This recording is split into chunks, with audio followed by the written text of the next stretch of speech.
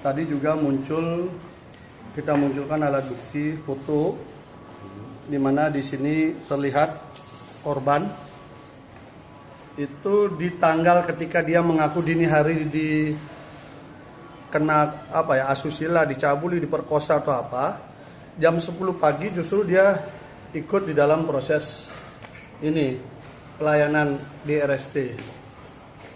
Artinya apa? Tidak mungkin orang yang kemudian habis diperkosa macam-macam kemudian bisa tampil seperti ini kan.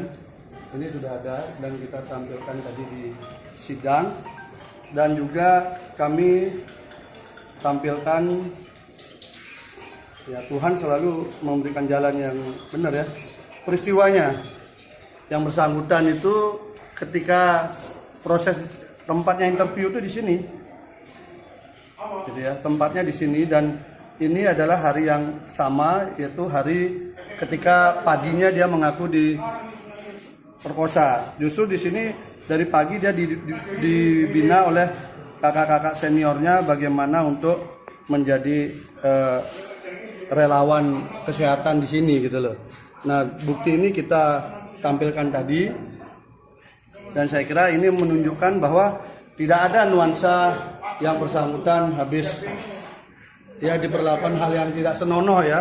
Malah di sini dia bersih ketawa, nanti dikasih ini penjelasan serius nih, apa-apa yang harus dilakukan. Ada ketawa dia, biasa kan. Ini di hari dimana yang dia sebutkan diperlakukan itu. Ini kan alibi yang sangat kuat dari proses yang hari ini tampil ya. Tanggal 18 Mei. Kan dia 8 Mei peristiwa pertama, 18 Mei peristiwa kedua, pengakuan saksi korban kan.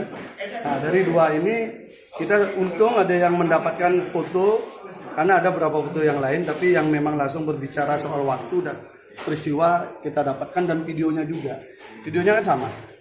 Jadi dari situ kita melihat akhirnya semakin jelas kasus ini memang sangat dipaksakan.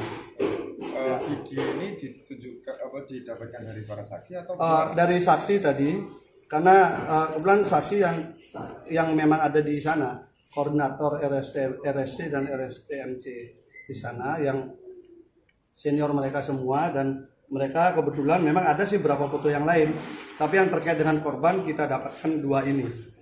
Jadi pada saat ini kan hari di mana dia mengaku paginya dini hari diperkosa. Malah dia siang harinya jam 10-an itu beraktivitas biasa. Ini juga dia beraktivitas biasa, diajari bagaimana cara untuk pasien datang dan sebagainya ya.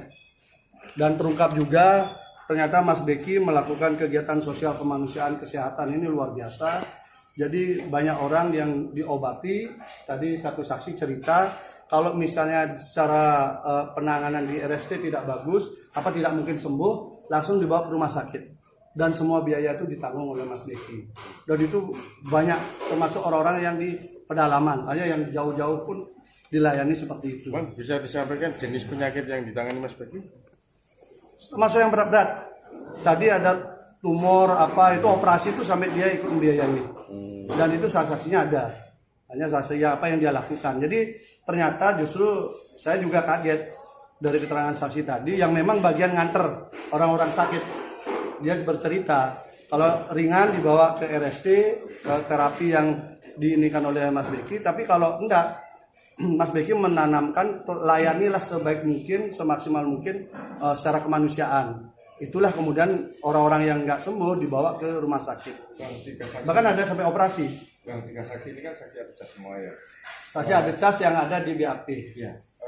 Apa yang kira-kira diterangkan oleh mereka yang meringankan? Dua peristiwa itu tidak ada. Karena yang satu peristiwa yang kedua, nama yang bersangkutan kan disebutkan bahwa disuruh menyiapkan kopi kan. Dia mengatakan tidak ada. Jam segitu tuh dia pasti sudah tidur. Dan tidak ada perempuan di sana. Yang ada tuh laki-laki dan beberapa santri tukang.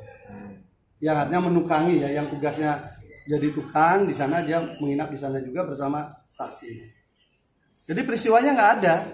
Makanya kami tadi berdebat cukup lama menghadirkan satu saksi lagi yang katanya membonceng korban dibawa ke lokasi. Jadi ada saksi penting, dia naik sepeda motor mengantarkan korban. Itu ngotot kita berdebat untuk bisa dihadirkan. Itu mengantar kemana itu Bang? Mengantar ketemu Mas Beki, kemudian untuk diperkosa. Nah, jadi ini yang kemudian kita ini kan, jadi itu tidak dihadirkan, padahal di dakwaan disebutkan. Tadi kan yang menyiapkan kopi disebutkan, sudah dibantah, tidak pernah ada peristiwa itu. Termasuk juga yang pertama. Yang pertama itu tidak pernah ada, dari jam 10 malam itu nggak pernah ada. Yang ada tuh pagi sampai siang, sore pulang. Tapi waktu interview itu siang. Jadi kalau interview siang ini sama semua. Baik saksi yang kubu sana juga bilang siang kalau ketika dirinya ditanya. Jadi tidak ada dimulai dari jam 10 malam. Semua dimulai dari pagi, kemudian sampai sore, hanya waktu interview itu siang hari. Dan sama 10 menit, 15 menit, 5 menit, sama waktunya semua rata-rata durasinya menyebutkan itu 5, 10 dan 15, hanya tidak lama. Dan banyak orang. Jadi bukan satu, banyak orang, artinya berdekatan jarak 1-2 meter, 1,5 meter itu orangnya ada. Dan itu bukan interview yang kayak mendalam, enggak. Hanya karena Mas Beki nggak hafal orang-orangnya, ada 1.500-an santri, jadi dia ingin tahu siapa namanya, siap nggak, jadi aja sebentar aja. Itu saksi sudah mengungkapkan, saksi fakta ya, bukan saksi katanya. Jadi saksi yang ada di TKP, saksi yang mengatur TKP itu dan yang ikut termasuk membentuk kelompok apa itu dia yang ada. Hanya tadi kami merasa senang, mudah-mudahan saksi ini bisa dibukakan pintu keadilan dibaca dengan jernih oleh hakim nanti. Walaupun tadi kami berdebat, ada satu saksi yang kami yakini bisa juga memberatkan kami, tapi kami penting untuk mengungkap motif di balik kasus ini. JPU tidak mau menghadirkan, kami minta untuk itu dihadirkan. Jadi perdebatan cukup panjang. Tadi secara argumentasi hukumnya kami berpijak pada 160 ayat 1C bahwa itu harus dihadirkan, tapi majelis hakim berdebat dengan JPU tidak mau menghadirkan. Akhirnya mungkin besok perdebatan dilanjutkan lagi. Nanti bagaimana, karena bagi kami itu untuk mengungkapkan motif. Kan tidak mungkin ujuk-ujuk ada rekayasa kasus ini kan, pasti ada motif apa yang mendorong. Kami ingin buka motif itu. Bang, bisa disampaikan satu, tadi kan saksi juga berpakaian napi gitu ya, saksi. Oh ya, Terakhir itu saksi yang kena kasus apa oleh polisi diproses karena waktu menjemput penangkapan Mas Beki itu. Berarti saksi-saksi ini siapanya Mas Beki? Santri di sana, santri dan satu yang ngurus RSTMC juga, satu yang pendidikan. Agenda selanjutnya berarti Besok sidang saksi dari kami juga. 15 itu ya? Ya kami cicil. Berapa besok Bang? Belum tahu kita Belum tahu koordinasikan. Apa mereka nanti Karena prediksi kami kan Jumat ini masih saksi yang dari mereka yang hadirkan. ternyata sudah enggak ya Pak? Mereka nggak mau hadirkan lagi. Ya lucu juga. Coba aja baca di dakwaan kedua, peristiwa yang kedua. Ada nama tidak mau dihadirkan. Itu saya kira yang agak. Selain yang mengantarkan kopi yang dibantah apa lagi? Peristiwanya nggak ada. Peristiwanya nggak ada. Peristiwanya memang nggak ada. Jam segitu nggak ada. Makanya ini tinggal satu lagi yang gonceng. Kalau yang membonceng tidak ada, tapi kemudian korban mengaku dia ke sana, berarti kan halusinasi kan? Kan yang membonceng nggak ngaku, yang terima di situ nggak ngaku, nggak ada itu. Bang, bisa diceritakan sedikit nggak terkait suasana di dalam pondok itu antara santri cewek sama cowok itu? Jadi seringkali tumpang tindih memahami bahwa ada dua lokasi, di Ploso sama di Puri Pelandaan, gitu loh. Itu kadang-kadang yang bertanya, makanya kami sempat nawarkan PS aja lah biar tahu pastinya, gitu loh. Kadang-kadang bercerita Ploso, dipemahamkan di Puri Pelandaan. Jadi ada dua lokasi. Terpisah itu berarti? Terpisah. Bang? Khusus cewek sama? Oh ini ya terpisah. Oh, asramanya juga terpisah. Dan asramanya juga ada aturan. Jam 10 malam sudah tidak boleh keluar. Gitu. Makanya tidak masuk akal ketika dia menceritakan bahwa dari jam 10 malam sampai besoknya sampai siang di sana gitu loh. Itu yang nggak masuk akalnya. Tapi ya sudahlah, nggak apa-apa, nanti kan dibuktikan. Kami hanya berharap fakta sidang lah yang dipakai untuk mengadili. Jangan sampai menghakimi karena tekanan dari luar itu. Yang napi tadi nerangkan apa bang? Maaf. Ya. Napi tadi. Karena dia nganter-nganter orang sakit. Oh gitu. Jadi dia sering nganter orang sakit, ngurusi orang sakit. Kalau ringan dia bantu gitu ya. Tapi kalau berat nanti dia nyetirin sampai dia ke pelosok-pelosok. Jadi kalau misalnya ada di pelosok tuh orang sakit, dia naik mobil menjemput dan membawa ke sana dan gratis semua. Jadi Mas Beki menggratiskan semua orang yang berobat ke tempat dia, dan kalau tidak sembuh dibawa ke rumah sakit. Itu pengakuan yang sama. Berarti selama ini Mas Beki itu istilahnya Iya, sangat menerima, sosial.